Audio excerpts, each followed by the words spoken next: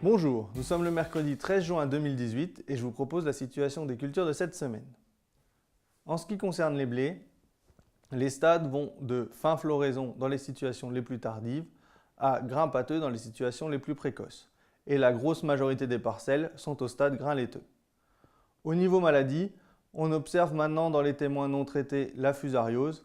On l'observe également quelquefois en parcelles sur des variétés très sensibles. Cette semaine, la maladie qui progresse le plus, c'est la rouille brune. En effet, les conditions chaudes et humides sont favorables à son développement. Donc on l'observe facilement dans les témoins non traités et on l'observe même sur variétés sensibles dans des parcelles qui arrivent en fin de protection. Cependant, une intervention actuellement n'est pas efficace, donc elle ne sert à rien. Au niveau de la septoriose, les symptômes augmentent légèrement cette semaine dans les témoins non traités. Globalement, en parcelle, la situation reste sous contrôle puisque la dernière feuille est saine. De toute façon, au stade actuel des blés, la systémie est quasiment nulle, donc l'application d'un fongicide n'apporterait pas de plus. Au niveau des insectes, la fin de la floraison marque la fin de la période de sensibilité à la cécidomie. Donc, il n'y a plus besoin de se soucier de cet insecte. En ce qui concerne les pucerons, on les observe quelquefois en parcelle, mais pour le moment, on est largement en dessous du seuil de nuisibilité qui est d'un épi sur 2 colonisé. Il faut surveiller les pucerons jusqu'au stade grain pâteux.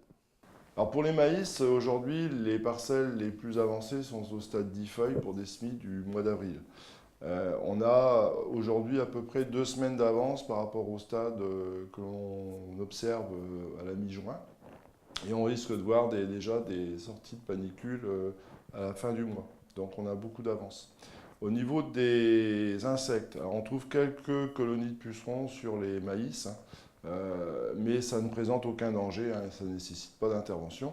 Qui plus est, on a une régulation naturelle par les coccinelles et les cirques qui est assez efficace, et donc laissons faire la régulation naturelle. Ces pucerons resteront sur les plantes encore quelques semaines, mais disparaîtront assez rapidement. Pour les pyrales, les premiers pièges ont été installés la semaine dernière. Il y a des vols qui ont déjà été observés, notamment dans l'Oise. Pour l'Aisne, pour l'instant, on n'a pas de vol de pyrale.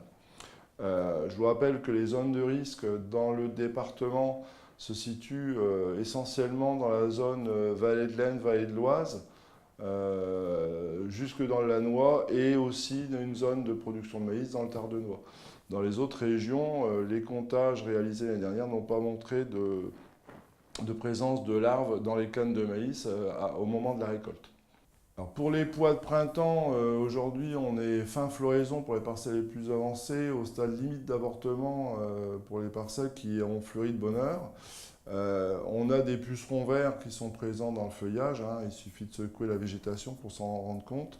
Le seuil de 30 pucerons par plante n'a jamais été atteint cette année, donc on a une situation qui est plutôt rassurante à ce niveau-là. Au stade limite d'avortement, on n'intervient plus sur le puceron. Donc on peut considérer aujourd'hui que le risque puceron ne justifiera pas d'une intervention spécifique. Alors pour les tordeuses, on a des vols en cours avec cette année plus d'individus captés dans les pièges que les années précédentes. On a une forte pression tordeuse dans les départements voisins de la Somme et de l'Oise. Dans l'Aisne, on a une situation où le seuil des 400 captures est dépassé. Le stade limite d'avortement marque la fin de la période de risque. Donc surveiller en priorité les parcelles qui sont proches de parcelles qui étaient en poids l'année dernière, ou poids de conserve ou poids protéagineux, puisqu'en fait on a des effets de proximité qui sont importants sur cet insecte-là. Aujourd'hui, la parcelle qui a été détectée à plus de 400 captures se situe au sud de Guise, entre Marle et Guise.